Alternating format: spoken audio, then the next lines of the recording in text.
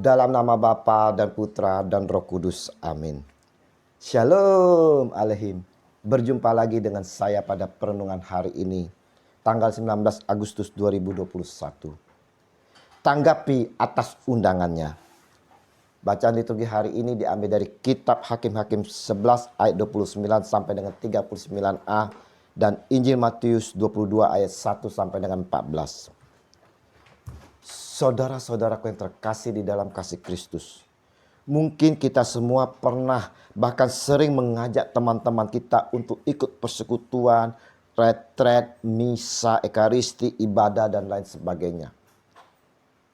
Pasti kita semua juga mengalami penolakan dari mereka dengan berbagai alasan, saudara.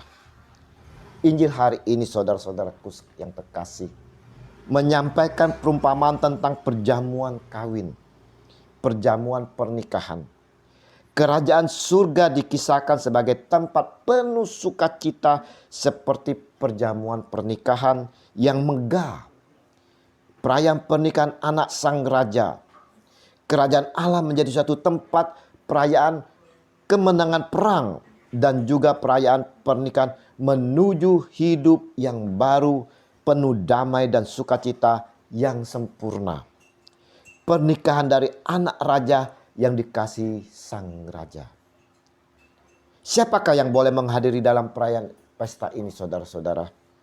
Yang boleh datang adalah hanya mereka yang diberikan undangan. Israel, saudara-saudara, menjadi umat Allah dan merekalah yang memperoleh undangan itu. Tidak semua bangsa yang mendapat kesempatan ini, saudara-saudara. Hanya umat Allah, yaitu Israel sajalah yang mendapatkannya sebagai anugerah kasih karunia dari Allah. Tapi sayang saudara-saudaraku yang terkasih, bangsa Israel tidak mau menanggapi, tidak mau meresponi atas undangan Allah ini. Banyak hal lain yang lebih penting daripada undangan Allah itu. Bukan saja mereka mengabaikan undangan Allah itu, saudara-saudara. Mereka menghina sang raja. Mereka menangkap utusan pembawa undangan. Para utusan Allah, saudara-saudara, dihina, dipermalukan, bahkan dibunuh. Maka sang raja pun menghancurkan mereka dengan tentara-tentaranya, saudara. Tuhan Yesus berkali-kali, saudara, menyatakan ini sebagai suatu perkataan yang akan digenapi segera. Dikisahkan Israel membunuh utusan Allah dan mereka pun membunuh utusan Allah yang tak lain adalah anak Allah sendiri, Yesus Kristus Tuhan kita.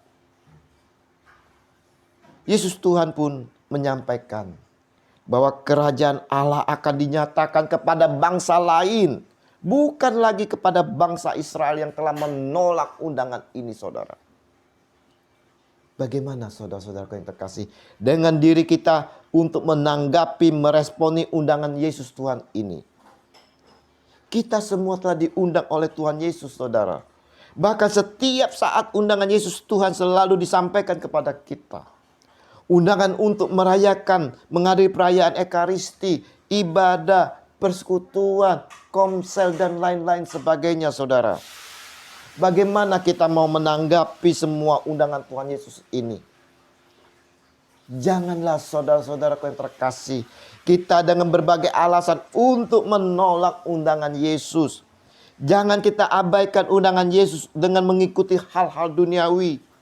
Biarlah saudara-saudara kita tidak terus tenggelam di dalam kebobrokan hidup dan dosa-dosa kita seperti apa yang telah dilakukan oleh para undangan dalam Injil hari ini.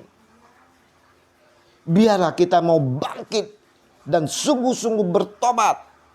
Jangan pula kita menjadi orang-orang yang masuk ke pesta dengan tanpa memakai pakaian pesta.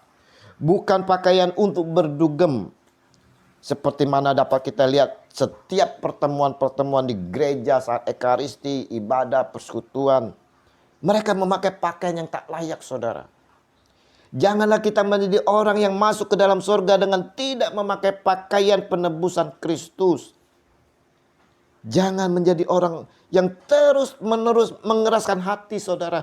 Hidup di dalam dosa.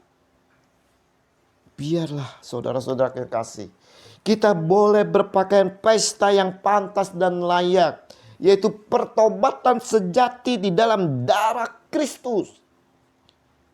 Pertobatan yang memberi buahnya yang berlimpah-limpah bagi kemuliaan Tuhan. Pertobatan yang seharusnya ada pada setiap kehidupan anak-anak Tuhan yang mau melayani Dia dan mengikuti Dia.